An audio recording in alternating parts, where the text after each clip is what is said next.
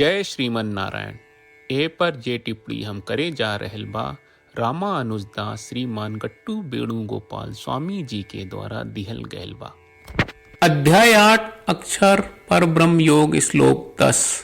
प्रयाण काले मनसा चलेन भक्त्या युक्तो योग बलेन चैव भ्रुवोर्मध्ये प्राणम् आवेश्य सम्यक् सतं परं पुरुषम् उपैति दिव्यम्।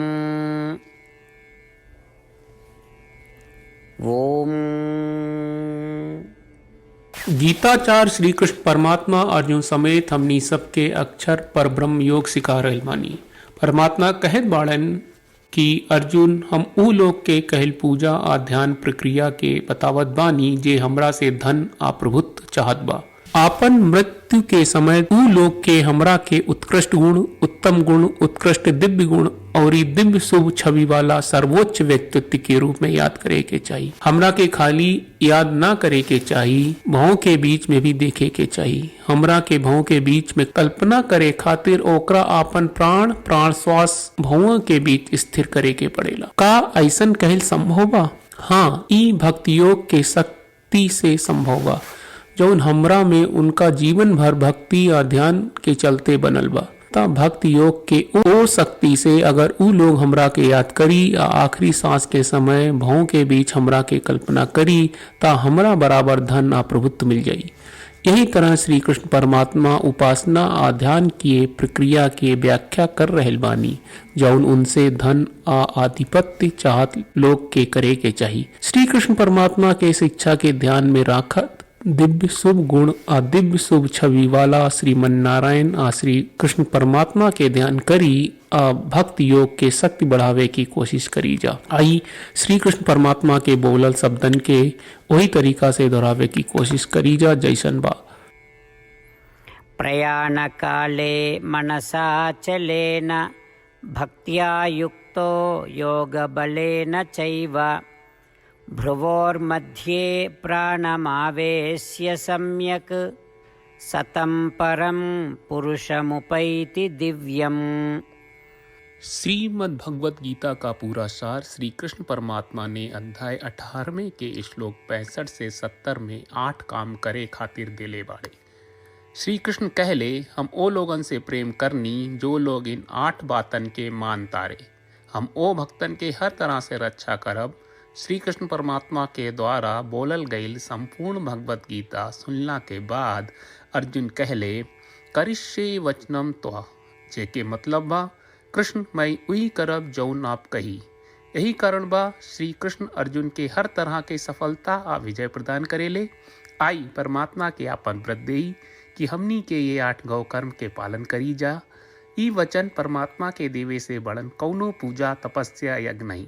हम 8 प्रण कहब जौन हमनी के करे के चाहिए। आप सब कृपया इन्हन के आपन दिमाग और दिल में सोची। श्री कृष्ण के आपन वचन देवे के ई तरीका में हमनी सबकी कल्पना करे के चाहिए कि श्री कृष्ण का चेहरा खुशी से चमकत बा और खुशी के एहसास करत बा। जय श्रीमन नारायण। यहाँ हमनी के 8 वादा बा। हमनी के पहला वादा, हे श्रीमन नारायण आपका निर्देश के मुताबिक हम हमेशा तोहार ध्यान करब और तोहार बारे में सोचब। हमनी के दूसर वादा, हे श्रीमन नारायण आपका सलाह का अनुसार हम हमेशा आपका भक्त रहब। हमनी के तीसर वादा, हे श्रीमन नारायण हम आपन सब काम तोहरा सेवा के रूप में और तोहरा संतुष्टि खातिर करब। हमनी के चौथा वादा, हे श्रीमन नारायण जैस की आप माने के कहले रहलू हमरा बहुत विश्वास बा कि हम आपके होई और हम हमेशा आपन दोनों हाथ जोड़ के आपके नमस्कार करब और आपकी पूजा करब। हमनी के 5वां वादा, हे श्रीमन नारायण हमरा के तोरा बात माम एकम शरणम ब्रज 1866 याद कहले, जहाँ आप हमरा के आपन का अर्पित करे का कहा। श्रीमन नारायण मैं हमेशा तोहरे शरण में रहब। हमनी के छठवां वादा।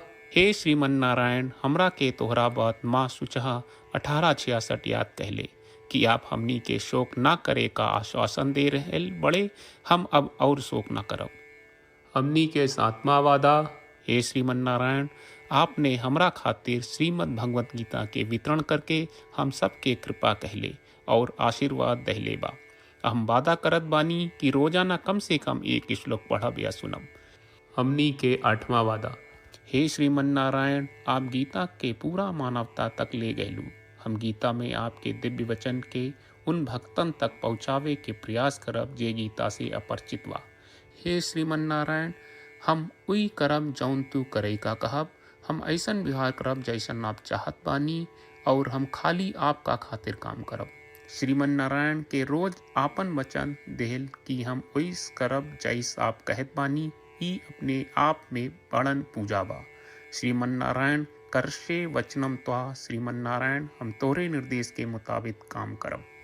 सर्वम श्री कृष्ण अर्पणम अस्तु। जय श्रीमन नारायण।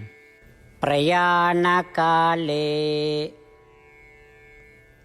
मनसाचलेन भक्त्या युक्तो योगबलेन चैव भ्रुवोर्मध्ये प्राणम् आवेश्य सम्यक् सतं परं पुरुषं उपैति दिव्यम्। ओम प्रयाणकाले मनसाचलेन भक्त्या युक्तो योगबलेन चैव भ्रुवोर्मध्ये प्राणमावेश्य सम्यक् सतं परं पुरुषमुपैति दिव्यम्।